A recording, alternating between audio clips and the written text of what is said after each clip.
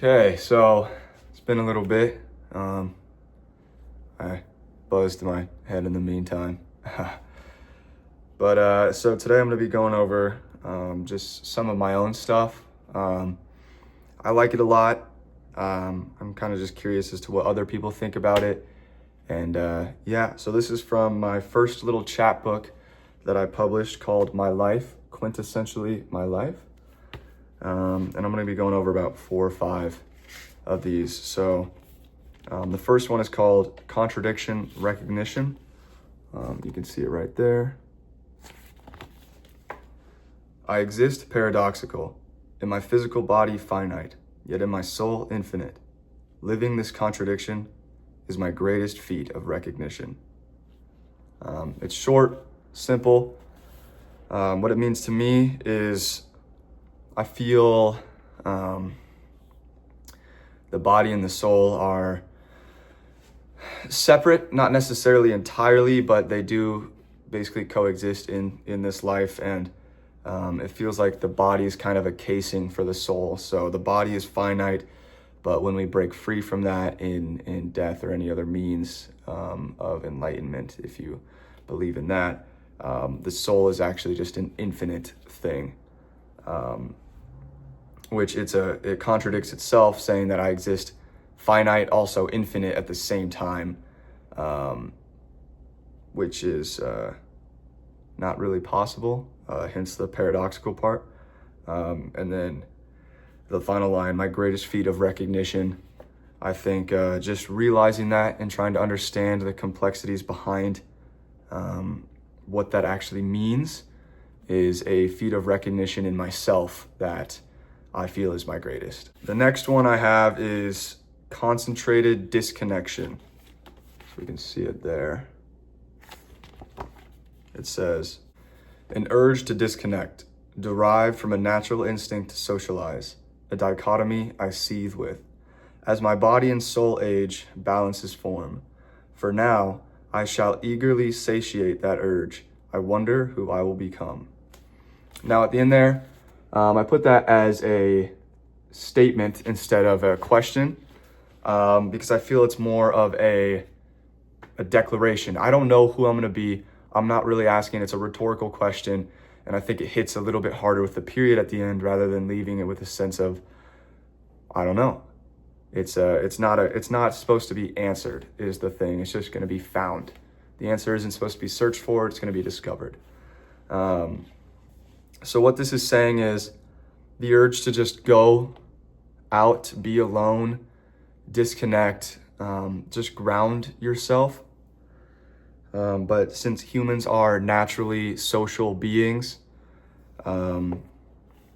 that urge came from that instinct of socialization and basically just getting over it. It's not as necessary in this moment. And right now I need to just go try and figure out what I'm even doing, who I am, just be alone and really just try and figure things out. Kind of references the body and soul again, saying balances will form. Maybe that urge will start to dissipate as I get older, and I can kind of learn to just be and live amongst chaos, which would, instead of needing to disconnect and just completely detach, I can actually find that in my own head while still being surrounded by people. But as it stands right now, I feel like the natural evolution towards that is to go for that detachment and that disconnection and just seeing where it leads me. Will that be the conclusion? I don't know. And it's kind of just saying I'm excited to find out. But right now, that's what I need to do to try and figure it out for the future.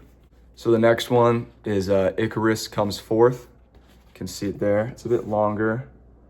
It's a bit more poetic-esque rather than rhetorical, philosophical.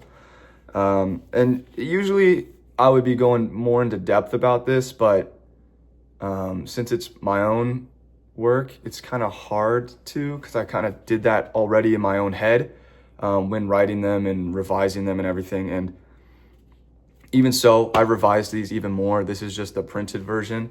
I have them all written down in the notes on my phone and laptop, so I constantly go back and edit and change things. But this one was kind of experimenting with more it's more metaphorical instead of just questioning directly related. To me, it's more of a story-esque, and it references Icarus.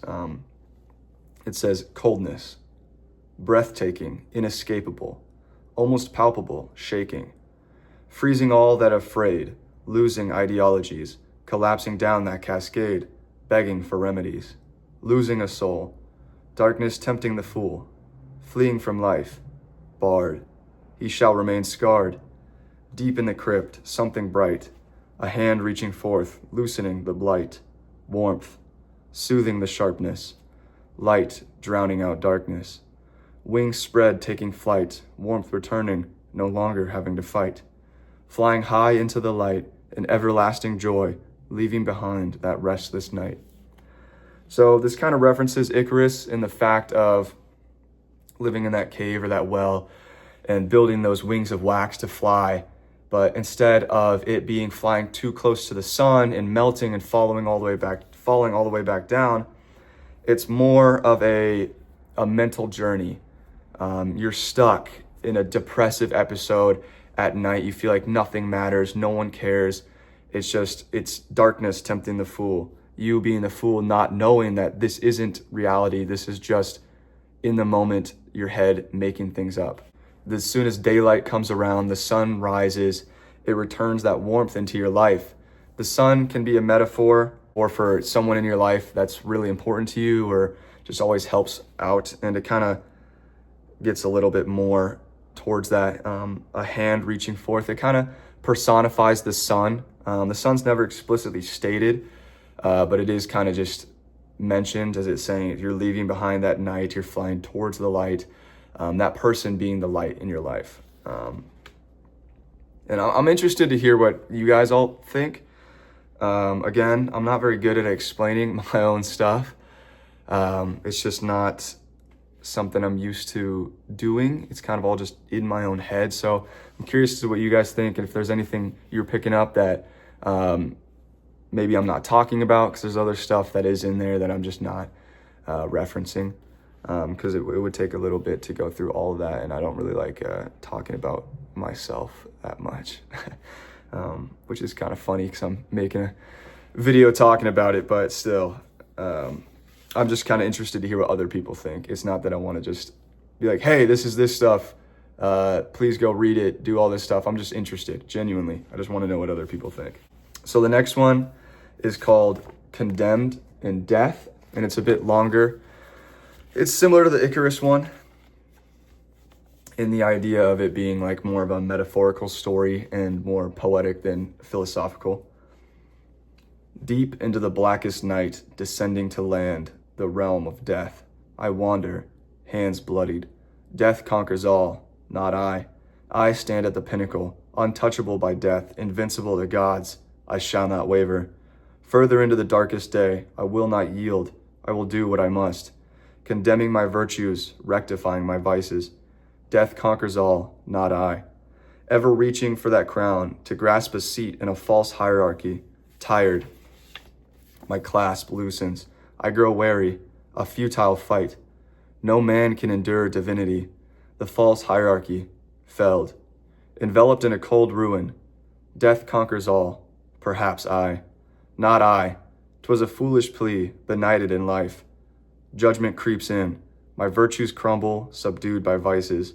Willpower diminished, my existence void. Ultimately, death conquers all. I don't even necessarily believe the theme of this. I believe that there isn't something that should conquer your life and take over and no one can escape and it's impossible to get through and get over.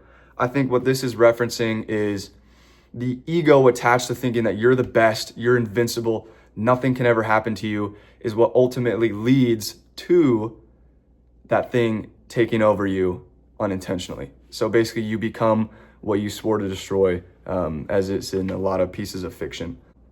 I think where it starts to really twist is when it says, condemning my virtues, rectifying my vices. So you're putting down everything that is good and righteous and correct, and you're just throwing it all away to bring about the easy, the hatred, the anger, all that stuff, and you think that's what's going to help you. wander this realm of death and basically not let death conquer you. But in doing so, that is the actual turning point that causes it to kind of take over and stuff like that. And then one of my favorite words that I learned through doing this is benighted. It's in a lot of my works. I love that word. I think it's so good because ignorance is a big philosophical topic and one that I like to discuss a lot. And benighted basically just means ignorant or left in the dark.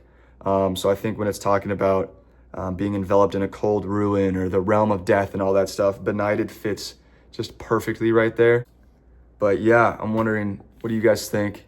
Are there any other themes you can pick up from it? I kind of like leaving things a bit ambiguous just so you can kind of read it whatever way you want. So another one I'll read is called Dialect of Intensity. You can see it there. And this one was kind of inspired by Dead Poets Society. So I'll just leave it at that and then read it for you guys. It says, man's indomitable will, imbued with life and pertinent to strife, embedded with rage, a brazen song, a song without age. Its deafening cry screams its story, condemning any lie. Its echo shall never cease, this prideful yop refusing peace. It's basically just, the human will, spirit.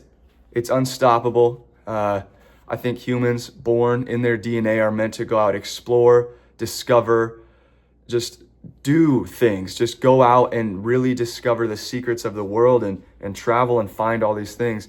And I don't think it can be bogged down by anything.